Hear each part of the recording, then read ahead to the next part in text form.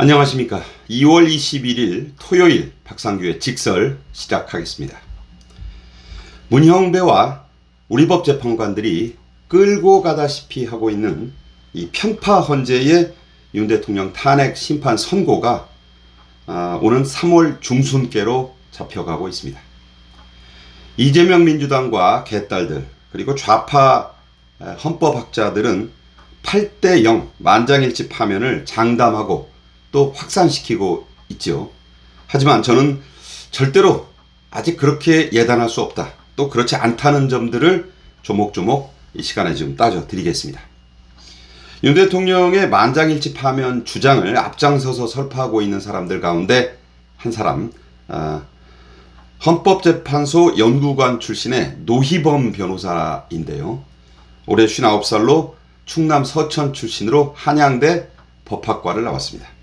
노희범은 정치적인 성향, 대통령과의 관계, 임명 경위 등과 관계없이 헌재재판관은 재판관으로서 탄핵심판 결론을 내린다. 그럴싸한 얘기를 했어요. 그래서 이번 사안은 어떻게 봐도 만장일치로 파면 결정이 날 수밖에 없는 사안으로 달리 판단하기가 어렵다고 했습니다. 자, 여기에 수긍하는 분들이 많다고 들었어요. 특히 좌파들은 이 말에 열렬한 박수를 지금 보내고 있습니다. 하지만 저는 노희범의 바로 이 말 속에 대단히 큰 허점이 있다고 봅니다. 즉 매우 정치적인 사법기관인 이 헌법재판소는요, 재판관들이 자신의 정치적인 성향, 현직 대통령이나 그러니까 임명권자, 이게 국회일 수도 있고 또 대통령일 수도 있고 이렇잖아요. 또 대법원장일 수도 있고. 그렇지만 어쨌든 그 임명권자가 대통령이나 또는 대통령이 유력한 정치인과의 관계, 그래서 자신이 어떻게 임명됐는지, 누구한테 임명장을 받았는지 등을 따질 수밖에 없고 거기에 엄청난 영향을 받을 수밖에 없는 존재입니다. 지금까지 헌재가 생긴 이래 계속 이래 왔어요. 그러니까 여러분들이 아시는 지금 이 사태가 지금 벌어져 있는 겁니다. 우리 법 재판관들 그리고 선두인 문형배 그들의 작태가 지금 바로 이런 것들 때문에 일어났는데 그 앞에 말을 뒤집어 보면 거기에 진실이 있다 이런 얘기예요. 그래서 이 문형배가 자신의 사법연수원 동기고 절친이고 술친구인 이재명의 뜻에 따라서 우리법 연구회 후배들인 이미선과 정계선과 짬짬이를 해온 것은, 또 지금도 하고 있는 것은 이 우파 국민들은 다 아는 사실이고요. 또 그들은 이미 재판 전부터 파면 결정을 내려놓고 파면 분위기를 중도 좌파인 정정민은 물론이고 중도 우파인 김형두에게로 전파하고 있다고 지금 알려져 있습니다. 그래서 지금 좌파들이 이제 조금만 더 끌어당기면 이거 8대0으로 갈 수 있다. 이렇게 지금 보고 장담하고 있는 거예요. 노희범은 좌파인 유남석 헌재소장이 만든 헌재 TF 연구관 출신입니다. 좌파 정부에서 헌재 연구관, 공보관을 지낸 그야말로 골수 좌파인데요.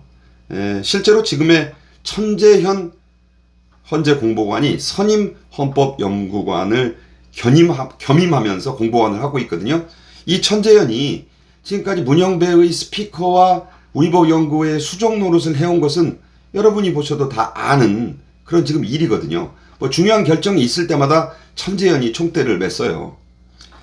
자, 문형배와 우리법 재판관들 그리고 이 천재현의 관계를 생각해 볼 때 전직이긴 하지만 이 노희범의 말, 이것은 그렇게 유추해서 해석해보면 왜 저런 주장을 하는지 바로 이해가 된다 이런 뜻입니다. 그래서 그런 자의 말에 힘이 빠지시거나 거기에 현혹돼서는 안 된다 이런 말씀을 제가 분명히 드립니다.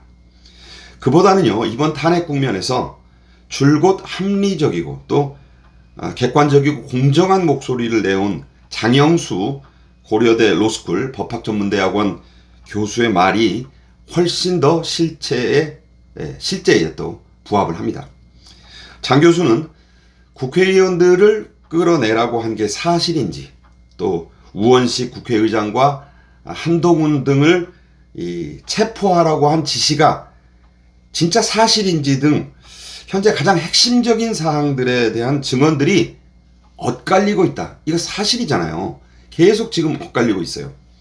그래서 그런 상태이기 때문에 지금 시점에서 탄핵 심판의 결론을 예단하기가 매우 어렵다고 했습니다.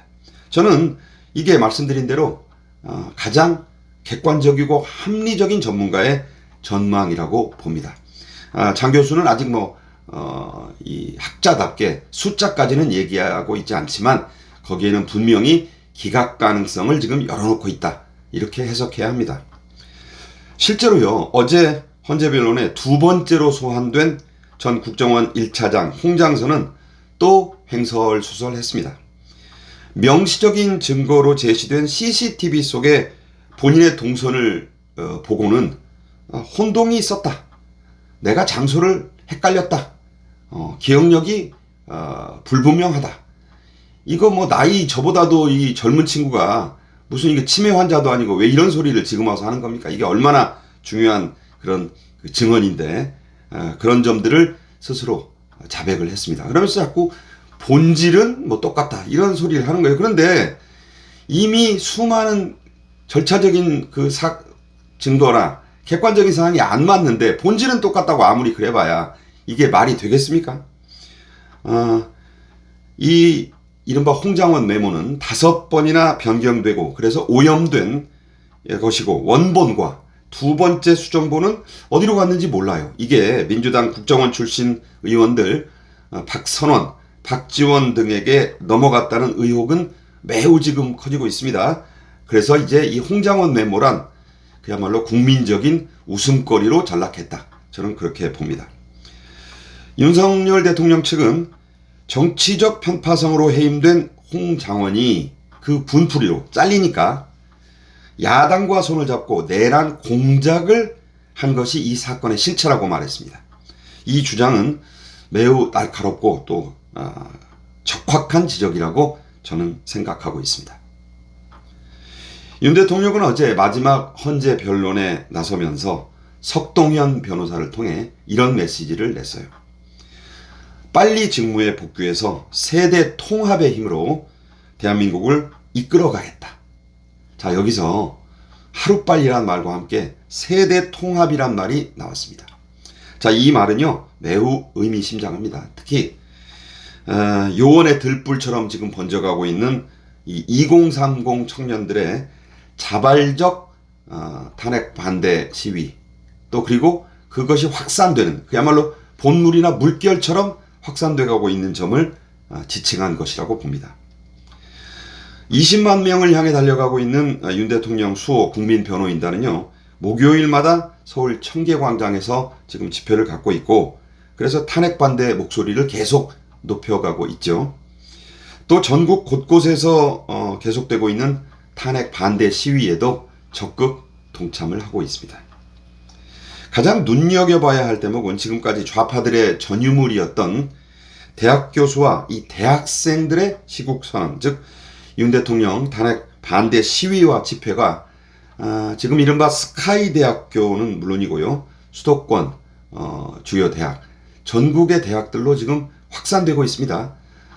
숫자가 얼마 안 된다고 하고 지금 우파들의 이런 대학생들의 시위에 두려움을 느낀 좌파들이 와서 막 이걸 방해하고 깎아내리는데 혈안인데 중요한 것은 이런 시위는 지금까지 한 번도 없었다. 대학 교수들 6천 명 가까이가 이미 반대 시국선언은 냈지만 대학생들이 자발적으로 한다는데 대단히 큰 의미가 있습니다. 특히 호남 지역 대학교, 전남대에서도 지난번에 이 광주 금남로에 모인 사람들 좌파들은 이게 다 동원청중이었다고 했는데 기자들의 말에 따르면요. 과반수가 나이가 좀 젊은 분들이었다. 그리고 광주에서 온 분들이 10,000명은 넘었다는 게 객관적인 시각이에요. 아니 3만 명이 다 그럼 외지인들이었겠습니까? 그런 말도 안 되는 주장으로 광주에 와본 외지인들 깜짝 놀랐다고 해요. 야, 광주가 광역시라는데 이렇게 낙후되고 80년대 건물이 아직도 남아있단 말인가.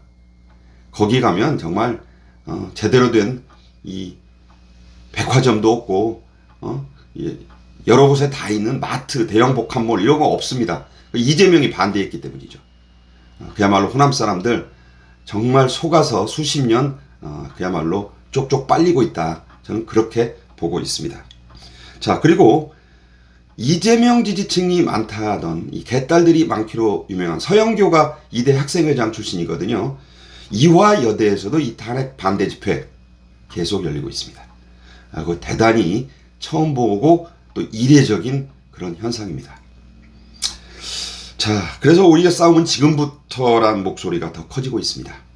문영배가 설정한 탄핵 선고 시점은요, 3월 중순이지만 3월 15일이 토요일, 16일은 일요일입니다. 아무리 이 문영배가 급하고 좌파들이 서두른다 해도 이 문영배가 주말과 휴일에 이 중차대한 선고를 하도록 내버려둬서는 안 됩니다. 그리고 조선일보는 오늘 일면에요, 이 선고 시점이 여러 논란과 지금 쟁점 때문에 헌재 내부에서도 이견이 있기 때문에 이 보수 재판관들이 목소리를 냈다는 그런 반증이에요. 그래서 늦춰질 거라고 합니다. 제가 보기에 3월 말까지 늦추는 데는 무리가 있어도 3월 21일 금요일까지는 미뤄지지 않을까, 저는 그렇게 생각합니다. 조선일보가 말한 그 좀 늦춰질 수 있다는 것은 그런 맥락이라고 저는 보고 있어요. 그렇다면 8명의 재판관들이 특히 정형식, 조한창 등 두 우파 재판관과 중도 우파인 김복형 재판관이 수기를 거듭할 시간은 짧아도 22일, 길게는 28일이 남아 있습니다. 결코 짧은 시간이 아니죠. 그들이 영향받을 시중의 여론은 아직도 들끓고 있습니다. 지금도 여론의 40% 전후는 탄핵을 분명히 반대하고 있는 걸로 나옵니다. 당장 광화문을 달고 온 우파 집회는 부산, 동대구역, 광주를 돌며 열기를 고조시켜온 전한길 강사 세력과 3월 1일 토요일 광화문에서 합동 탄핵 반대 집회를 열겠다고 했습니다. 주최 측은 100만 인파를 장담하고 있지만 저는 최소한 수십만은 모일 것으로 보고 있습니다. 이제 위대한 국민들의 시간이 다시 왔습니다. 플라톤은 정치를 외면한 가장 큰 대가는 가장 저질스런 자에게 지배받는 것이라고 했습니다. 그 저질스런 자 바로 누구겠습니까? 미국의 위대한 프랭클린 루즈벨트 대통령은 우리가 두려워해야 할 것은 두려움 그 자체뿐이라고 했습니다. 지금까지 박상규의 직설이었습니다. 감사합니다.